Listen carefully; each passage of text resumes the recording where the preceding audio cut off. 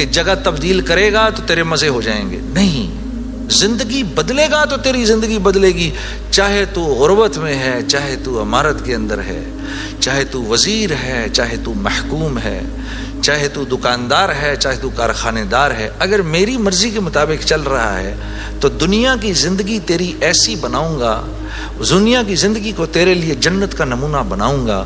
اگر میری مرضی کے خلاف تو چلے گا تو تیرے لیے تمام حالات اور تمام کامیابی کے نقشے ہونے کے باوجود تجھے مشکل میں ڈالوں گا. اور میرے عزیز دوستو، یہ ازل سے لے کر آج تک ہو رہا ہے اور آج سے لے کر ابد تک یہی ہوگا. اب آپ لوگ یہاں کیوں آئے؟ کبھی آپ نے سوچا بھئی آپ گلاسگو کیوں آئے؟ آپ گلاسگو کیوں آئے؟ آپ آئے نہیں ہیں. اخرجت للناس، ہم نے لوگوں کے نفع کے لیے تمہیں نکالا ہے، ساری انسانیت. اخرجت للمسلمین نہیں، مسلمانوں کے نفع کے لیے آپ نہیں آئے یہاں پر. اخرجت للناس، ساری انسانیت کے نفعوں کے لیے میں نے تمہیں تمہارے گھروں سے نکال دیا ہے. یا اللہ ہم نے کیا نفع پہنچانا ہے ان کو؟ تأمرون بالمعروف وتنہون عن المنکر، تم نے اچھائی خود کرنی ہے اور ان کو اچھائی کر کے دکھانی ہے. برائی سے خود بچنا ہے اور برائی سے خود بچ کے ان کو کر کے دکھانا ہے. آپ یہاں اس لیے آئے ہوئے ہیں، میں قرآن بتا رہا ہوں آپ کو. وتؤمنون باللہ، جب یہ کرو گے، جب تم ایسا کرو گے پھر میری ذات پہ تمہارا ایمان بنے گا، ورنہ نہیں. تب تم میرے حکموں پر چلو گے. ایمان نہیں بنے گا تو حکموں پر نہیں چلا جاتا، پھر اللہ کے حکموں پر نہیں چل سکتا آدمی. ایمان بنائے بغیر اللہ کو اللہ تو جانے گا لیکن اللہ کی ذات کے تاثر سے دل خالی رہے گا. اللہ کی ذات کے تاثر سے، جیسے ابھی بھائی کہہ رہے تھے نا، دل، ابھی امجد بھائی کیا کہہ رہے تھے؟ دل اللہ کا گھر ہے. اس کا کیا مطلب ہے؟ اس کا مطلب یہ ہے، اللہ فرما رہے ہیں میں ساری کائنات میں کہیں نہیں سما سکا ہوں تو صرف ایک مومن کے دل میں آ کے سما سکتا ہوں. کیا مطلب ہے اس بات کا؟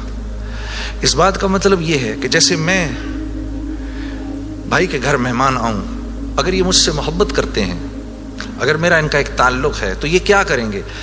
میرے آنے سے 2-3 دن پہلے ہی گھر کو صاف کر دیں گے، گھر صاف کریں گے. پھر جس کمرے میں میں نے رہنا ہوگا اس کا کوشش کریں گے کہ بھئی یا تو اگر اس میں اٹیچ باتھ روم ہے تو باتھ روم کلین کیا جائے. پھر اگر باتھ روم قریب میں یا اگر وہاں اندر نہیں ہے تو قریب میں جو باتھ روم ہے اس کو صاف کیا جائے. گھر کی شیٹس بیڈ پہ نہیں لگیں، پردے صاف ہوں، قالین صاف ہو. بھئی بچوں کو اب کمرے میں نہیں چھوڑنا، بھئی خراب نہ ہو جائے، بھئی کل آ رہے ہیں، بھئی جنید صاحب کل آ رہے ہیں یہاں پر. یہ کیا مطلب ہے اس کا؟ یہ مجھ سے محبت کرتے ہیں، یہ نہیں چاہتے کہ میرے دل میں ذرا سی بھی خلش آئے کہ یار یہ مجھے کس کمرے میں. یا کبھی ایسا ہوا ہے کہ گھر میں کوئی نیا مہمان آ رہا ہو تو جس کمرے میں اس کو ٹھہرانا ہے اس کمرے میں بچے بھی کھیل رہے ہیں، گند بھی ہو رہا ہے، اور جب آئے تو بچوں کو کہا کہ ایسا کریں یہ بچے بھی ادھر ہی کھیلتے رہیں گے، تسی بھی اپنا سامان اتھے ہی رکھ دو کدھر. کبھی کیا ہم نے اپنے مہمان کے ساتھ؟ تو دل میں ہو اللہ کے غیر کی محبت اور ہم کہیں یا اللہ تو بھی آ جا ادھر، ایسا نہیں ہوتا. ایک حیادار عورت ہوتی ہے نا، حیادار عورت، وہ پہلے اپنے شوہر کے دل میں اپنی محبت دیکھتی ہے. وہ پہلے اپنے شوہر کے دل میں اپنی محبت دیکھتی ہے دور سے رہ کر. جب اس کو نظر آ جاتا ہے کہ اس کے دل میں میری محبت ہے، پھر قریب آ کے اپنے شوہر کے سینے سے لگتی ہے. لیکن ایک بے باک عورت تو یہ بھی نہیں دیکھتی کہ یہ شوہر ہے یا کون ہے، ڈائریکٹ چھلانگ مارتی ہے. تو اللہ رب العزت اور نیکی، مثال دے رہا ہوں میں، مثال کے طور پر ایک حیادار عورت کی طرح ہوتے ہیں. وہ پہلے آپ کے دل میں اپنی جگہ دیکھے گا، اللہ پہلے آپ کے دل میں اپنی جگہ دیکھتے ہیں. لیکن اگر اس کے اندر اللہ کے غیر کا تعفن ہے، اسی لیے تو پھر نماز میں دل نہیں لگتا. اچھا پھر نماز میں دل نہیں لگتا، پھر تھوڑی دیر بعد شیطان کہتا ہے بھائی کیا یار ٹائم ویسٹ کر رہا ہے، یار چھوڑ کوئی اور کام کر. ادھر اس نے نماز چھڑائی، ادھر شیطان نے نماز چھڑائی، ادھر آپ اور میں گئے کام سے. ادھر نماز گئی، ادھر ہم گئے، بس چھٹی، اب فارغ. اب فٹ بال کی طرح شیاطین کبھی لات ادھر سے ادھر ماریں گے، کبھی ادھر سے ادھر ماریں گے، کبھی ادھر سے ادھر. برکت بھی گئی، زندگی کی برکت گئی، مال میں برکت گئی. جو فجر کی نماز جان بوجھ کے چھوڑتا ہے اس کے چہرے سے اللہ صلحہ کا نور نکال دیتے ہیں.